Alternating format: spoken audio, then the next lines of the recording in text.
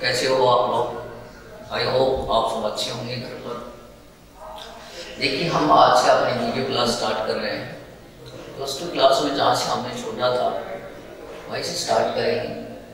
पहली यूनिट की रिप्रोडक्शन की चैप्टर नंबर 3 से स्टार्ट कर रहे हैं, ह्यूमन रिप्रोडक्शन। कुछ बेसिक कंसेप्ट है इसके अंदर, वो क्या है वो देखिए।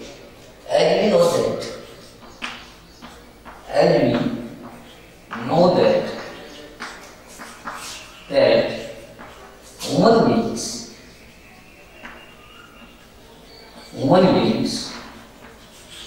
are sexually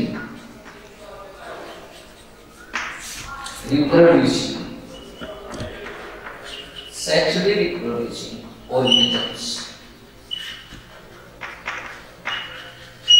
and viviparous, ये दो कैरेक्टरिस्टिक्स हैं ह्यूमन बीइंग्स की, viviparous organisms। देखिए जब हम इस चैप्टर की बात करते हैं, ह्यूमन रिप्रोडक्शन की बात करते हैं, तो जो मानव जाति है वो अपनी जैसी संतान पैदा करती है सेक्सुअल तरीके से, मतलब इसमें दो अपोजिट सेक्स होते हैं और विविपेरस ऑर्गेनिजम्स होते हैं। विविपेरस का मतलब है जो अपनी जैसी संतान पैदा करे, उसे विविपेरस कहते हैं। पहला कंसेप्ट तो ये है। अब इसके अंदर कुछ इवेंट्स आते हैं कि वो इवेंट्स क्या क्या है। देखिए some basic events, some basic reproductive events in human beings। मानव जाति में कुछ बेसिक रिप्रोडक्टिव इवेंट्स कौन कौन सी होती है? देखिए कुछ इवेंट्स होती हैं, जैसे पहली इवेंट्स की बात करते हैं। पहली इवेंट्स है गैमेटोजेनेसिस।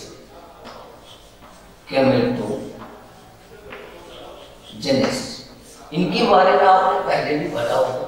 गैमेटोजेनेसिस क्या होता है? Formation of gametes. दूसरी इवेंट्स इंसेमिनेशन, ये भी आपने पढ़ा होगा। तीसरी इवेंट्स फर्टिलाइजेशंस,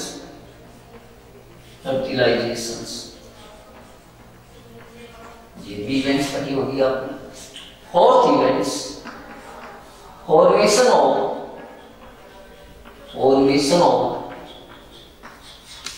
जाइगोट का बनना। फिर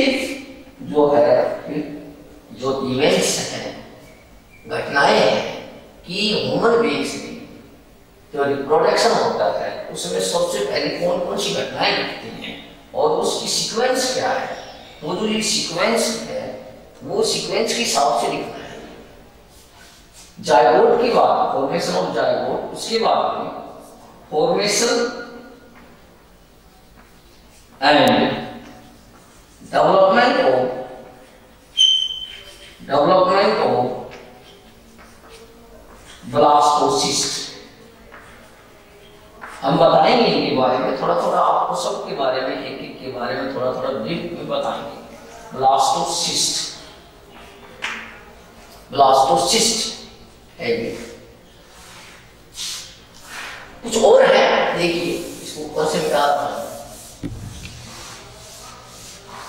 देखते हैं। 6 इवेंट्स जो है आपकी वो कौन सी है? ब्लास्टोसिस्ट बन गया, उसके बाद इम्प्लांटेशंस और 7 इवेंट्स हैं आपकी गेस्टेशंस और last and final events human beings में रिप्रोडक्शन में पास्चुराइजेशंस।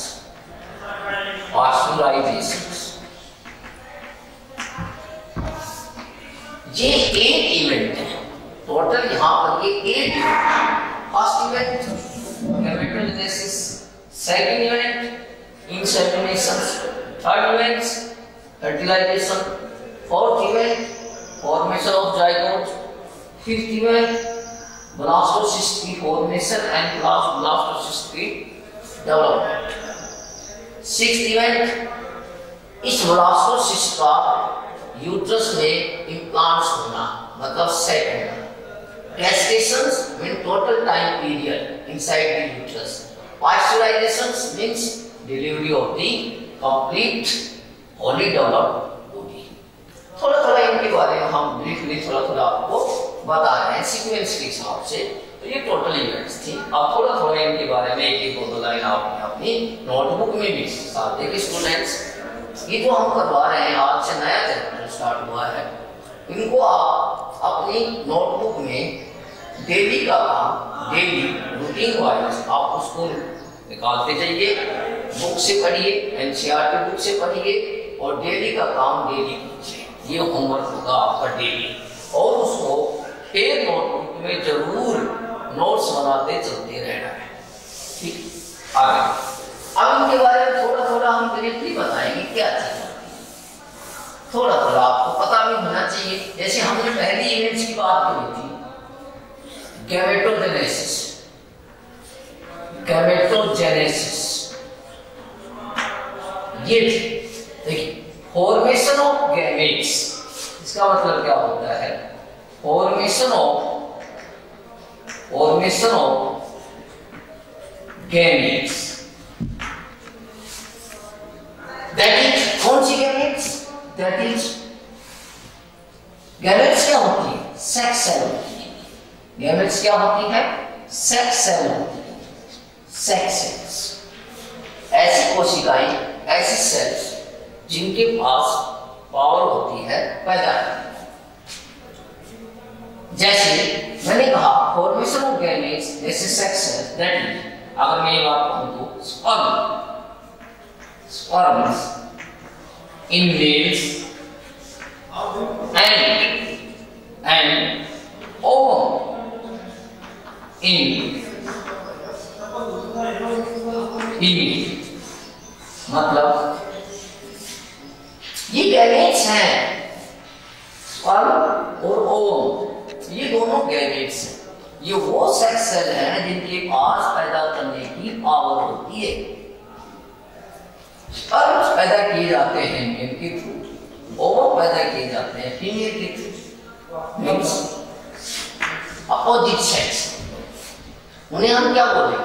गैमेटोजेनेसिस बोलेंगे. ये अलग अलग बॉडी में होता है, मेल में और फीमेल में अपने अलग अलग बॉडी में होता है, क्योंकि हम सेक्सुअल डायमॉर्फिज्म शो करते हैं.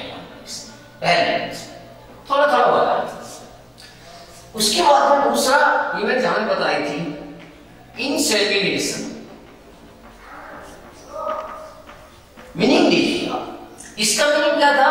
जेनेसिस. जेनेसिस का मतलब होता है फॉर्मेशन. गैमेटो का मतलब गैमेट्स, फॉर्मेशन ऑफ गैमेट्स. बस इसका मीनिंग देखिए. इन मींस क्या होता है? इनसाइड. सेमिनेशन मींस सीमेंस को इनसाइड डालना, मींस स्पर्म्स को अंदर डालना, मींस कि entry of the sperms into the female genital tract. Genital tract. Female genital tract क्या होता है? वैजाइना होता है.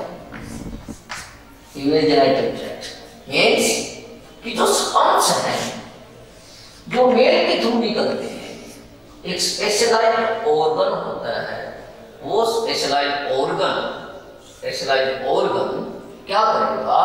स्पर्म्स को फीमेल के जेनिटल ट्रैक्ट में एंटर करवाएगा. तो उसे क्या कहेंगे? इंसेमिनेशन. क्लियर? आसान है ये कि भाई ऑफ फीमेल. आप कर लीजिए ऑफ फीमेल. फीमेल के जेनिटल ट्रैक्ट, जो एक्सटर्नल जेनिटल ट्रैक्ट है, वैजाइना जिसे कहते हैं, दैट इज वैजाइना. उसके अंदर स्पून्स को डालना ही इंसेमिनेशन कहा जाता है। क्लियर हो? दूसरी थर्ड इवेंट, इसके बाद में क्या होता है? देखिए स्पर्म्स मिल गए, अब ओवम मिल जाएगा, तो थर्ड इवेंट क्या हो गई?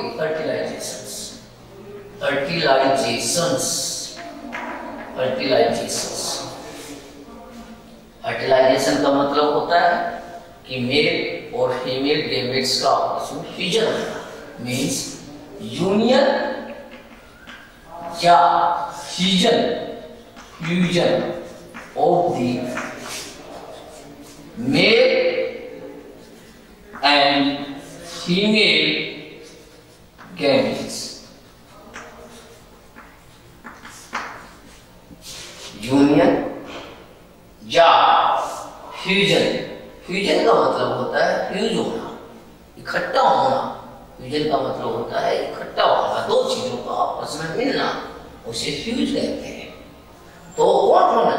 स्पर्म्स जो मेल से निकलता है, फीमेल से क्या निकलता है? ओवम्स, मींस ये स्पर्म्स प्लस फीमेल से क्या निकलेगा? ओवम। जब दोनों आपस में फ्यूज होंगे मतलब जुड़ेंगे, तो उसे क्या कहते हैं? नोन एज उसे क्या कहते हैं? फर्टिलाइजेशंस कहते हैं उसे। और कई बार इसे दूसरी टर्म्स और कहा गया है, उसको हम एक दूसरी भाषा और कहते हैं, आल्सो नोन एज। ये लिखो, आल्सो नोन एज सैनगामी।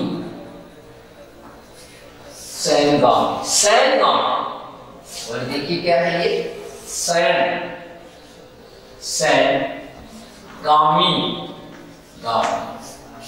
सैनगामी कहते हैं। ठीक, ये थर्ड इवेंट मानव जाति की बात कर रहे हैं हमने पहला चैप्टर किया था, प्लस 2 क्लास की मैं बात कर रहा हूँ। प्लस 2 क्लास में हमने पहला चैप्टर कर लिया था, दूसरा चैप्टर क्लास में छोड़ा था, इसलिए मैंने यहाँ थर्ड चैप्टर स्टार्ट करवाया है। पहले चैप्टर में भी हमने ये चीजें बताई थी आपको।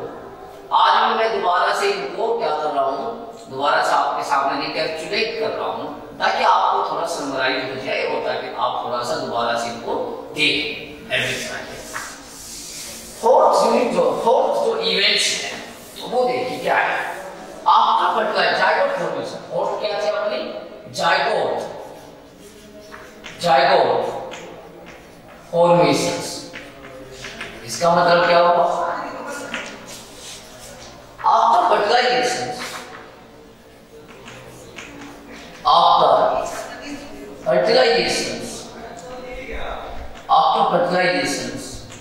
फर्टिलाइजेशन के बाद there is a formation of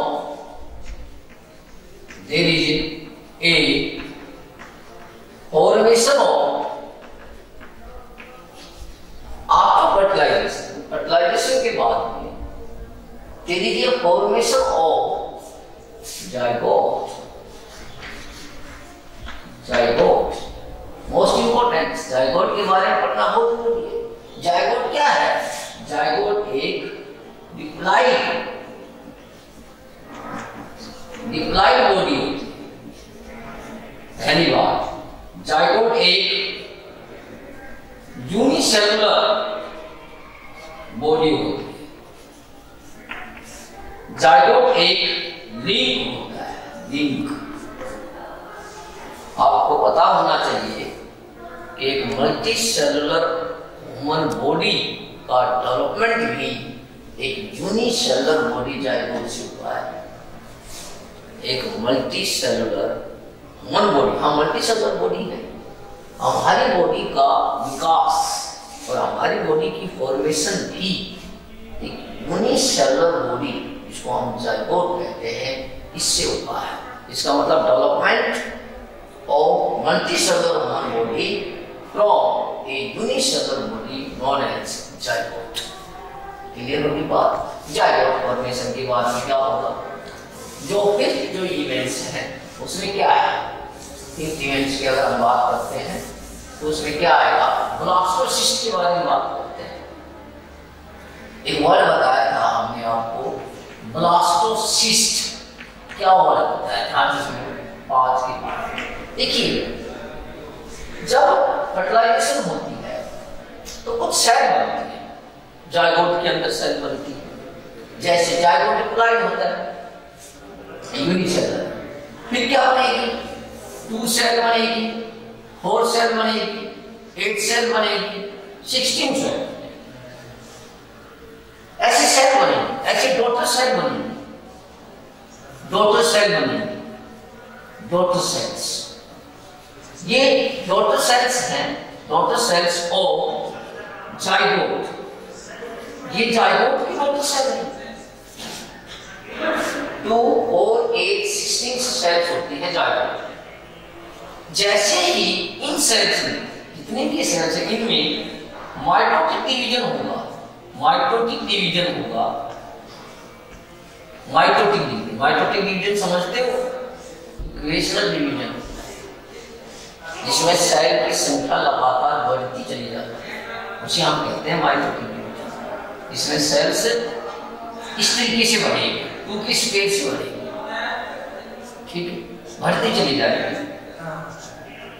mitotic division in the zygote. Zygote में माइटोटिक डिवीजन होगा, फिर कौन सी सेल बनेगी, ये सेल बनेगा। इन सेल्स को क्या बोलोगे आप, जो ये सेल ऊपर बनेगी, these cells are known as blastomere cells। blastomere, blastomere cells। कौन सी कोशिकाएं हैं ये, सेल है ब्लास्टोमियर सेल्स होती है, ठीक है। किसकी, जायगोट की है, ये एम्ब्रियो बन रहा है, ये सारा एम्ब्रियो बन रहा है, जीव बन रहा है, उसमें ये सेल्स होती है।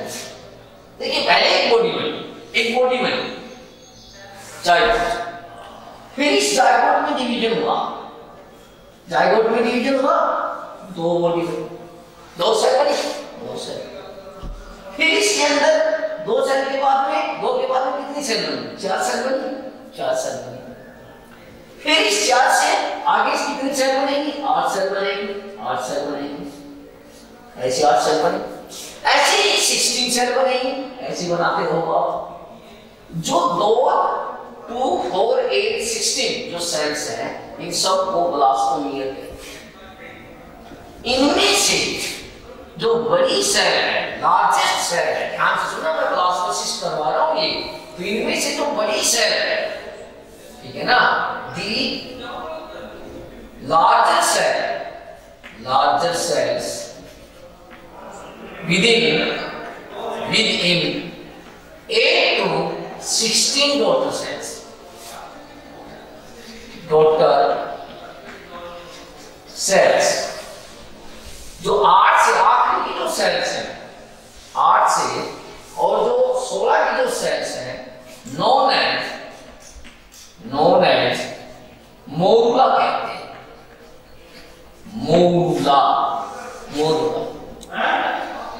मोरुला की शेप और मोरुला का साइज, जो आपका मलबरी होता है, सहतूत जिसे कहते हैं, छोटा सहतूत, वो ऐसा शेप होता है। मतलब इसको फैलोपियन ट्यूब से यूट्रस में आने के लिए, फैलोपियन ट्यूब से और यूट्रस में क्रॉस कहाँ है, इस तरीके से अगर हम बात करें तो फर्टिलाइजेशन कहाँ है, इधर से इसको यहाँ आने के लिए, यहाँ से 1 से 7 डेज लगते हैं, 7 दिन में यहाँ आता है, यहाँ क्रॉस हुआ है, फर्टिलाइजेशन यहाँ हुआ है, स्पर्म्स और ओवम यहाँ फ्यूज हुए, यहाँ से वो यहाँ सेट होगा। ये क्या है, ये यूट्रस है, यूट्रस है। यहाँ क्या है, ये यूट्रन कैविटी है, यूट्रिन कैविटी है, ये सेट। यहाँ क्या सेट होगा, यहाँ एम्ब्रियो सेट होगा, एम्ब्रियो, उसकी सेल है। ये जो मोरुला है, देयर इज ए कंटिन्यू, अगर हम कहेंगे there is a continue division in morula, क्या होगा? मोरूला में लगातार डिवीजन होता रहेगा और वो कहां सेट होगा? सेट इन दी यूट्रस। नोन एज, क्या कहेंगे उसे हम? नोन एज ब्लास्टोसिस्ट कहेंगे। आई बात समझ? ये ब्लास्टोसिस्ट होता है यहाँ। फिर इसमें जीव बनेगा, बच्चा बनेगा, एम्ब्रियो बनेगा, इसका विकास होगा। ठीक है, उसको हम क्या बोलेंगे? अगला गुना बोलेंगे। अब इस ब्लास्टोसिस्ट का इस यूट्रस में सेट होना इम्प्लांटेशन कहलाता है। इम्प्लांट्स अगली जो इवेंट्स बता रहे हैं हम, ठीक है ना, अगली जो इवेंट्स बता रहे हैं वो इम्प्लांटेशंस हैं। इम्प्लांटेशंस 6th इवेंट है ये। मतलब कि ब्लास्टोसिस्ट का यूट्रस में इम्प्लांट्स होना और फीचर डेवलपमेंट भविष्य के विकास के लिए, ताकि भविष्य में बच्चे का विकास। मतलब कि इम्प्लांट्स ऑफ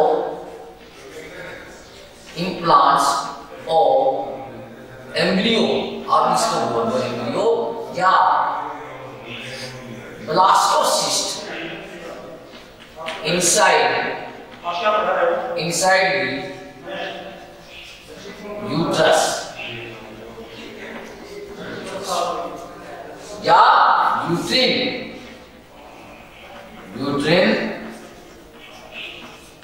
कैविटी, जो यूट्रस की यूट्रिन कैविटी है उसमें ब्लास्टोसिस्ट का जड़ना इम्प्लांटेशन से कहलाता है। सातवीं है गेस्टेशंस। ये एक ग्रहण काल होता है। बच्चे का टोटल टाइम पीरियड कहां से, यहां से जब तक बच्चा पूरा बन जाए, विकसित होने का जो समय है, पूरा विकसित का समय, उसे हम कहते हैं ग्रहण काल।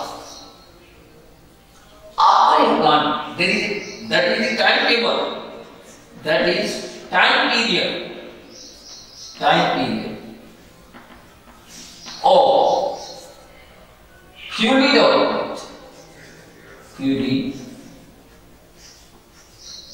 development of embryo। और आपको पता होना चाहिए कि मानव के अंदर फीमेल में गेस्टेशन जो टाइम पीरियड होता है, मानव में गेस्टेशन जो टाइम पीरियड होता है वो 270 ± 2, मतलब 9 months, लगभग 9 महीने का गेस्टेशन पीरियड होता है। 9 महीने में बच्चा कंप्लीट बन जाता है। वो बात अलग है कि 2 दिन ± 2 हो जाते हैं आगे पीछे, उसकी कोई बात नहीं है। तो अगर बच्चा ज्यादा हेल्दी होता है तो फिर भी बाहर जल्दी निकल जाता है, डेवलपमेंट हो जाता है। लास्ट इवेंट हमने बताया था पाश्चराइजेशंस। लास्ट, जब बच्चा पूरा बन जाता है, बच्चे का पूरा विकास हो जाता है, तो फ्यूली डेवलप बेबी जो होता है वो बाहर निकलता है। उसे कहते हैं डिलीवरी होगी, फ्यूली पूर्ण रूप से fully developed baby. Delivery of the fully developed baby from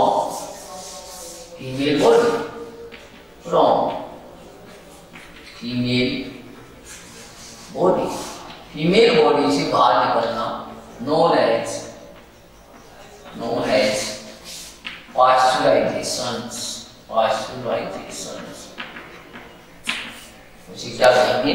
pasteurisation कहेंगे।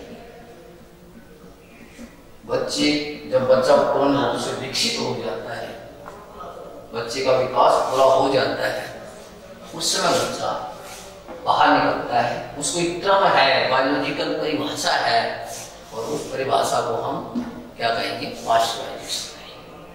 ठीक है, ये था हमने कुछ बेसिक इसके बारे में, इवेंट्स के बारे में बात की थी। अब देखिए इसमें कुछ और चीजें कि अगर आप ये कहें कि यहाँ पर एक बात जरूर बताएंगे, यहाँ पर ये जितनी भी इवेंट्स होती है ना, ये कब होती है? आप all the events,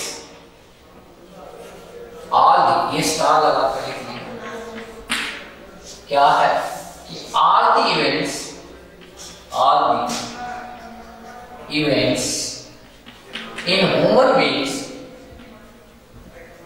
human beings, all the events in human beings occur after puberty. puberty क्या होती है? puberty यौवन अवस्था होती है, यौवन अवस्था जिसमें हमारे सेक्सुअल ऑर्गन्स क्या होते हैं? पकते हैं, मैच्योर होते हैं सेक्सुअल ऑर्गन्स, वो प्यूबर्टी होती है। हार्मोन, जो हार्मोन होते हैं मेल और फीमेल हार्मोन, वो रिलीज होते हैं। वो स्टेज, वो लाइफ स्टेज जिसमें हार्मोन्स और सेक्सुअल ऑर्गन्स मैच्योर होते हैं, उसको प्यूबर्टी कहते हैं। तो ये जितने भी इवेंट्स हैं मानव जाति में, ये प्यूबर्टी के बाद होते हैं। अब ये क्लास है,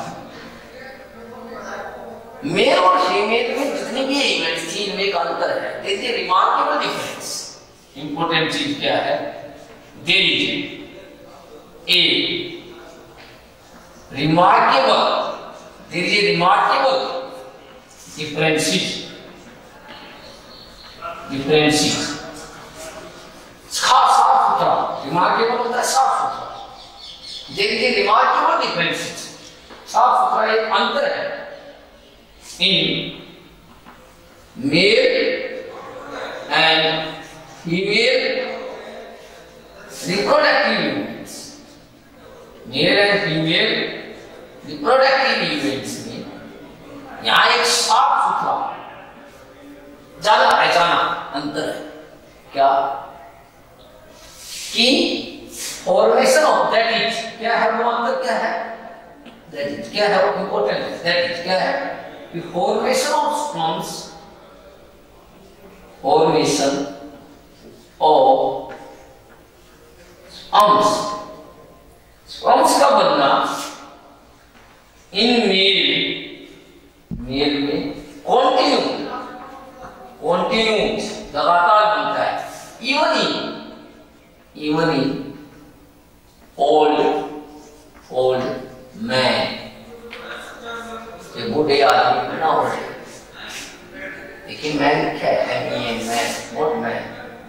मतलब जो मेल है, आदमी है ह्यूमन बीइंग्स में मेल, उनमें स्पर्म्स पूरे जीवन भर में बुढ़ापे तक स्पर्म्स बनता रहता है, अभी नहीं रुकता, लगातार कंटिन्यू लगातार बनता रहता है।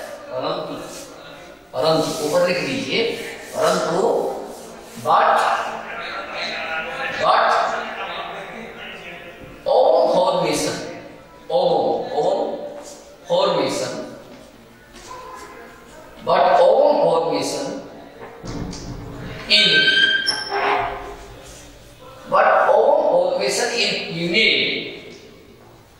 in female कि जो ओवम है, एग जो है वो फीमेल में बनता है। Ovum formation in female, ceases around the age